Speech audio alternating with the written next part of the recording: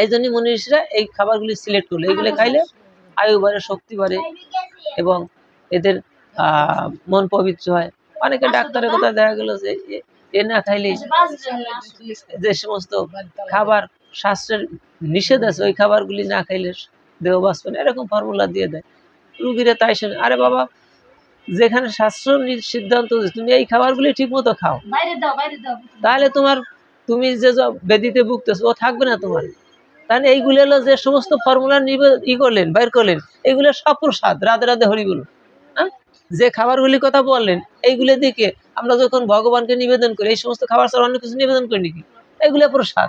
তাহলে বললো যে যে রোগ শোক ভেবি অর্থাৎ রোগের জন্য আমাকে যে ফর্মুলা দিয়ে দিল ডাক্তার, কিন্তু শাস্ত্রে কি বললো যে প্রসাদে সর্ব দুঃখ হানি, অশ্ব উপজায়তে প্রসন্ন চেতসা আশু বুদ্ধি পরি অবতিষ্ঠতে।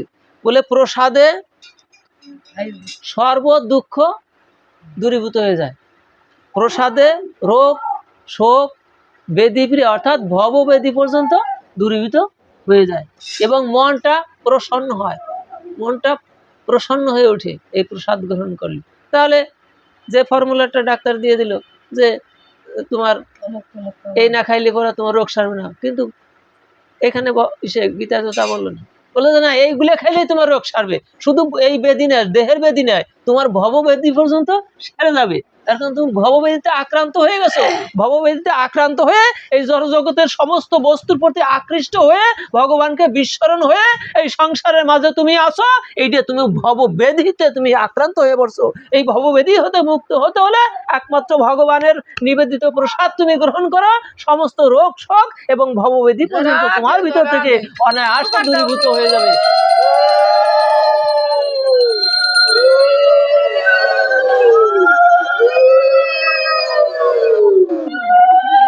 এবং ভগবানের সাথে তোমার যে ভগবানের সাথে তুমি সম্পর্ক ছিন্ন হয়ে গেছে, তোমার বিচ্ছিন্ন হয়ে পড়ছো ভগবানের কাছ থেকে। নিত্য সম্পর্ক যার সাথে ছিল, অনন্তকালের সম্পর্ক, এই 2 দিনের সম্পর্ক যাদের কাছে পেয়েছো, তাদের কথা শুনে তাদের কথা শুনে তুমি এই পথ পরিহার করছো। অর্থাৎ কয়েকদিনের মাত্র সম্বন্ধ যাদের সাথে কয়েকদিনের সম্বন্ধ, তাদের কথা শুনে তুমি নিত্য সম্বন্ধটা থেকে বিচ্ছিন্ন হয়ে পড়ছো, ভগবানের সাথে বিচ্ছিন্ন হয়ে পড়ছো। যখন তুমি এইগুলি গ্রহণ করে প্রসাদ গ্রহণ করবে, তখন তোমার সেই সম্পর্ক আবার ফিরে আসবে। রাধে রাধে হরি বল।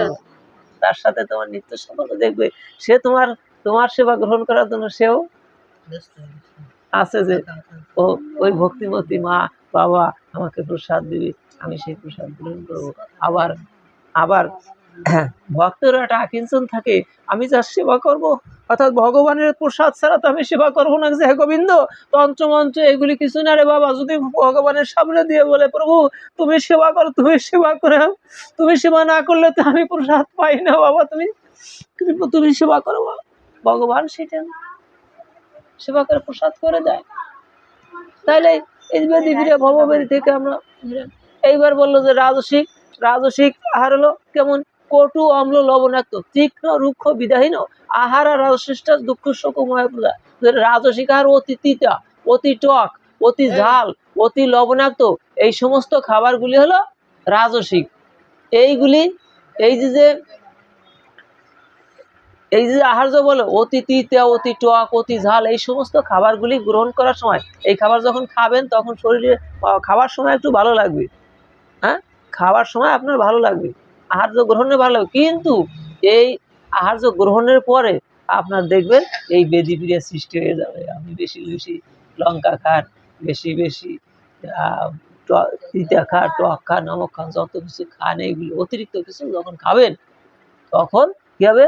আপনার ভিতরে একটা বেদি প্রিয়া সৃষ্টি হয়ে যাবে। বাবা ভালোর জন্য খাইছো, স্বাদের জন্য, কিন্তু বেদি প্রিয়া তোমাদের স্বাদ